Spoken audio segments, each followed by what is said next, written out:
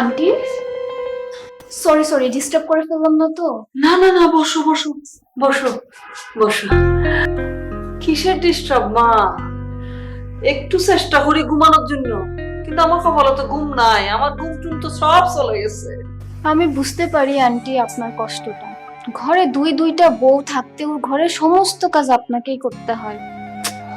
কি যে করবো মা, ওই যে বলে না, কপালে না থাকলে ঘি টনটনাইলে হবে কি, আমার ওই দশা হয়েছে আর কি। দুইটা বউ, অথচ শান্তি নাই। কেন আন্টি? ওদেরকে দিয়ে আপনি সব কাজ করিয়ে নেবেন। মা কি বলতেছো যে? এক একজন তো মহারানী, একজন তো সারাক্ষণ ওই যে এসি ছেড়ে ঘুমাবে, আর নাইলে ফোন একটা নিয়ে এরকম এরকম করবে। আর তোমাকে বলতে চাচ্ছি না, হাজার হলো তোমার রক্তের সম্পর্ক, তোমার বোন, তার উপরও একটু আশা ছিল, কিন্তু সেও আর আগের মতন আমার দিকে সেভাবে দেখে না আর কি, বুঝছো? আন্টি, আপনি ওদেরকে এত ছাড় দেন কেন? ওরা আপনার ঘাড়ের উপর বসে খাচ্ছে, ঘুমাচ্ছে, যা ইচ্ছা তাই করতেছে, আপনি ওদেরকে নিয়ে কাজ করে নেবেন। একজনকে দিয়ে পা টিপাবেন, একজনকে দিয়ে মাথা টিপাবেন, ঘরে সব কাজ ওদেরকে দিয়ে করাই নেবেন। আপনি কেন করবেন? এমনিতেই দেখবেন বেশি কাজ করলে শুরু করে সব গেছে না। তখন আপনি আপনার ছেলেকে মনের মতো একটা মেয়ে দেখে নম্র ভদ্র সুন্দর একটা মেয়ের সাথে বিয়ে দিতে পারবেন। কি সুন্দর করে তুমি আমার মনের কথাটা বলছো, কি যে ভালো লাগতেছে আমার শুনতে। কিন্তু আমার কপালে কি সেই সুখ আছে রে মা? তবে হ্যাঁ, তুমি আমার মাথাটা খুলে দিছো কিন্তু। হ্যাঁ, এই বুদ্ধিটা আমি কাজে লাগাবো। হ্যাঁ, আমি আমি আমি এগুলি করব। দেখি, প্রথম করব বড়টার উপরে।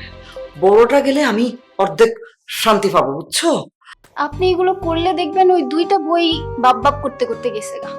তখন আপনি আপনার ছেলেকে সুন্দর নম্র ভদ্র দেখে একটা বিয়ে দিতে পারবেন।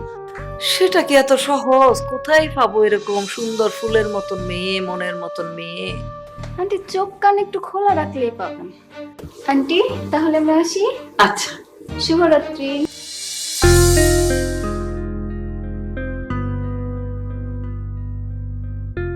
মেয়েটা তো আমাকে দুইটা বুদ্ধি দিয়ে গেল। একটা হচ্ছে গিয়ে এগুলিরে কিভাবে বের করা যায়, কাজের চাপ দিতে হবে। আর আরেকটা, নতুন বউ আনা, না থাক, ওটা এখন মাথায় আনার দরকার নেই, আপাতত এটা নিয়েই থাকি।